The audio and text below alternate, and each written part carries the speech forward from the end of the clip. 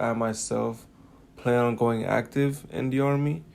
This was a decision that I made not too long ago, maybe 2 or so months. Um, it took a lot of deliberation and contemplation, but ultimately, I decided this was the best path for me to take. Just kind of seeing how modern times have been, no understanding or realizing how difficult it is nowadays to have a stable and successful financial future. Um, it's so competitive, and oftentimes even a master is not enough to ensure a stable, lifestyle. And so that is why I feel joining the army and reaping its benefits will be a way to make me prominent amongst my peers and to just set me apart because I know myself and I know I have a lot of potential and I'm capable of a lot. And I feel like this is something that I definitely need to help me. And not only will it help me in terms of the financial aspect, but also it will help me in the near future because I plan on eventually buying a house that will be, helpful for my family. And also, it's just the way school has been going thus far. It's been overwhelming in some cases, and with financial aid and everything, it's just, it's made it easier for me to make my decision as I've observed as time has gone on. But the dialogue itself, and one thing that definitely stuck out, mentioned by one of the veterans, he said that the system that we live in is built in such a way that the government is not really trying to help people, whether it's people of color or of Latino descent. They're not really trying to help us, escape poverty and make something of ourselves, because and the example is what really stood out. He explained how when one is on food stamp, right, using food stamp and getting by, and let's say they get a somewhat stable job, and as soon as that income changes and then they update it, submit their incomes, their W-2s or whatever, then the government suddenly takes away that money that they were providing you, and now you're having to, retrack your steps, and because now you can barely eat, so the money you were saving, you now have to use it up. So ultimately, you were not able to really accomplish anything because now you have to substitute for that lack of money that you were receiving for food. Now you have to use the money that you were saving up to use it. And so how can we, move up the social class or get out of poverty when the system is made in such a way that it doesn't really help us, to save up or anything of that nature? And there's not a lot of resources out there that really inform us, whether it's people of color or of Latino descent, as I previously mentioned. There's not a lot of resources that help us explaining how to build credit or, or like housing, what you need to do, how to like get prepared for that. He also talked about credit cards, and I found that very helpful as well because I was able to tie that into my ACE mentorship program, which I'm part of.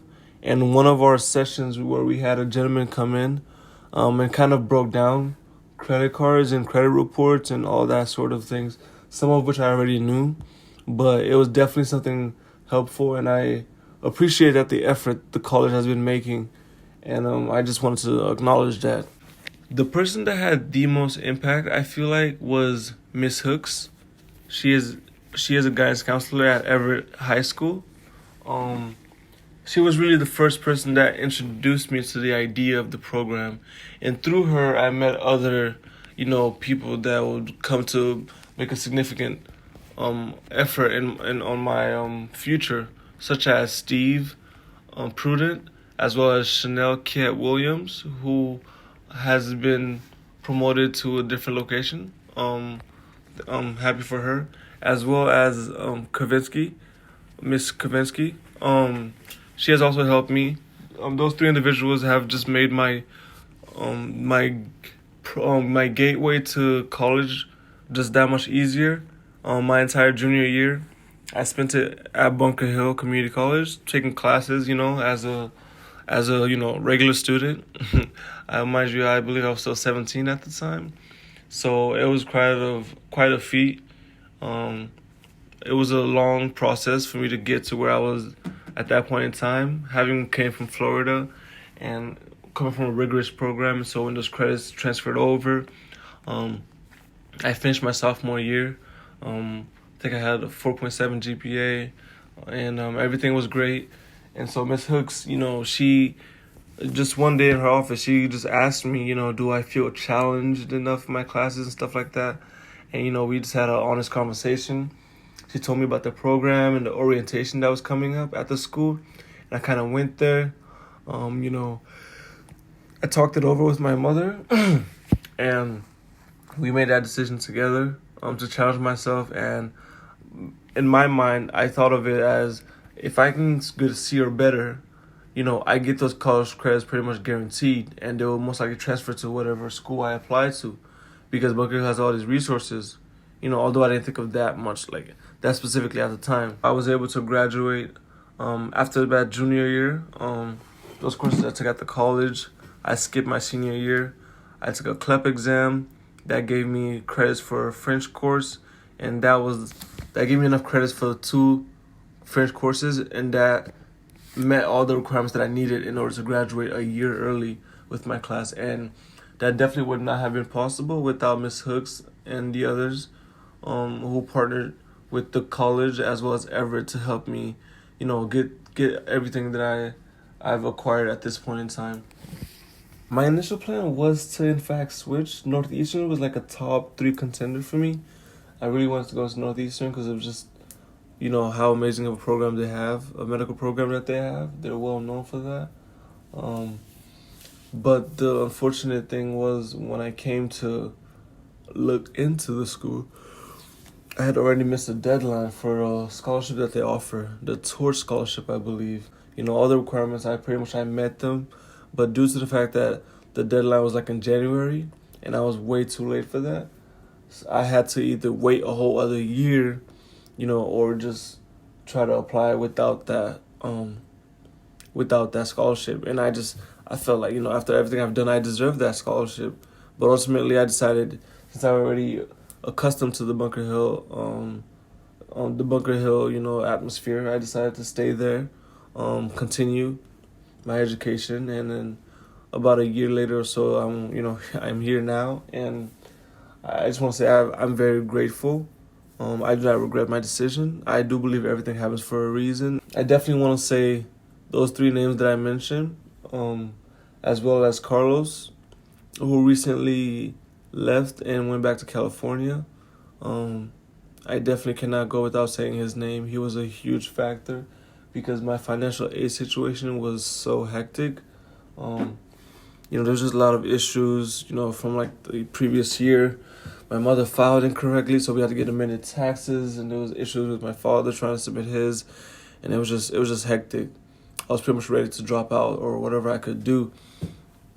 But those 4 individuals really were at my corner, helping me every step of the way. I applied to a scholarship, Judge John J. Fox Scholarship, I believe. And with that, I was able to cover part of my spring semester. As far as the fall semester goes for this year, which was my first official year at the school, the previous year was through the Everett High School. They covered for all the classes. I'm grateful for that. But for this year, the fall, Steve was able to help me out to get some funding for the semester, and I was again very grateful for that. That motivated me to keep going. And Carlos, and through the Trio program, I was able to get a grant on top of the Judge J. John Fox scholarship to cover my spring semester. And so seeing all of that, all of the effort and, stuff that I had to do, how to go out my way and fulfill, it just made my decision to join the Army that much easier to make. When I look at the numbers, they don't lie. I will have almost a good $100,000 just towards school. You know what I mean? There is I think I might be incorrect, but there's like 60,000 in student loan debt that the Army is willing to pay, and then while being in school, I get an allowance for that as well, and so it just makes much more sense, and I'm able to help my family indirectly, by doing this solely and working and being able to focus and also still pursuing my education. Um, it just makes sense coming out the army at the age of I want to say, let me see, 21, 22, and I have like 2 or so years experience in physical therapy, which is what I aspire to be, a physical therapist, and then I get out the army and there's just many opportunities waiting for me to take advantage of them.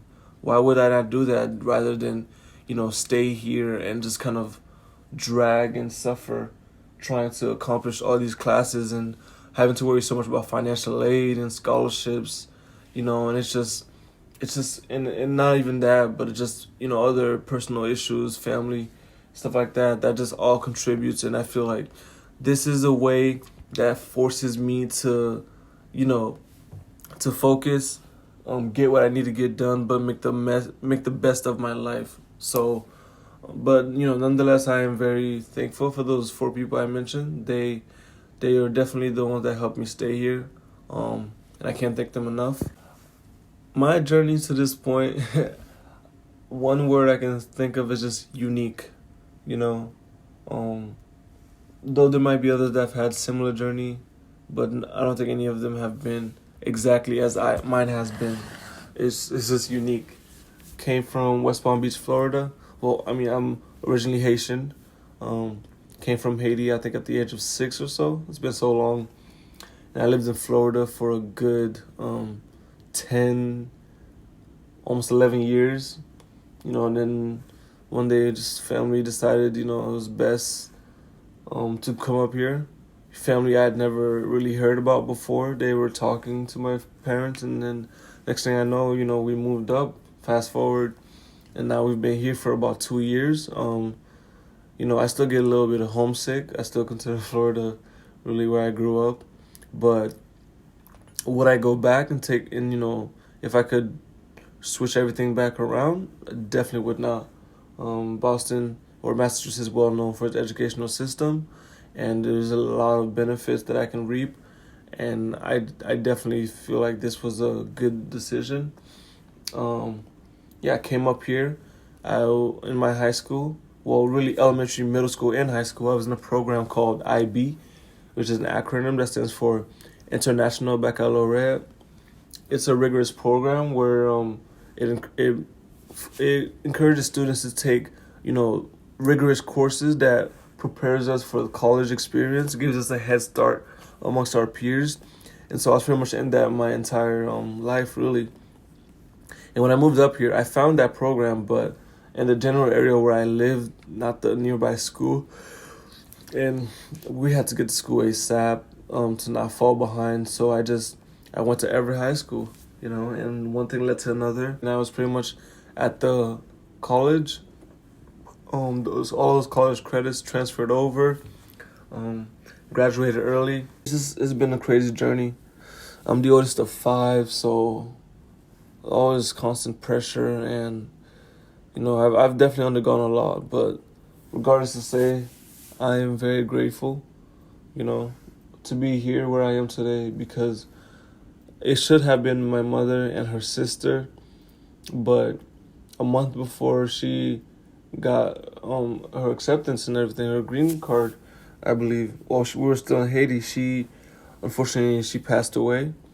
And because of that, her 2 children, my 2 cousins, no longer qualified, and so they've been in Haiti suffering.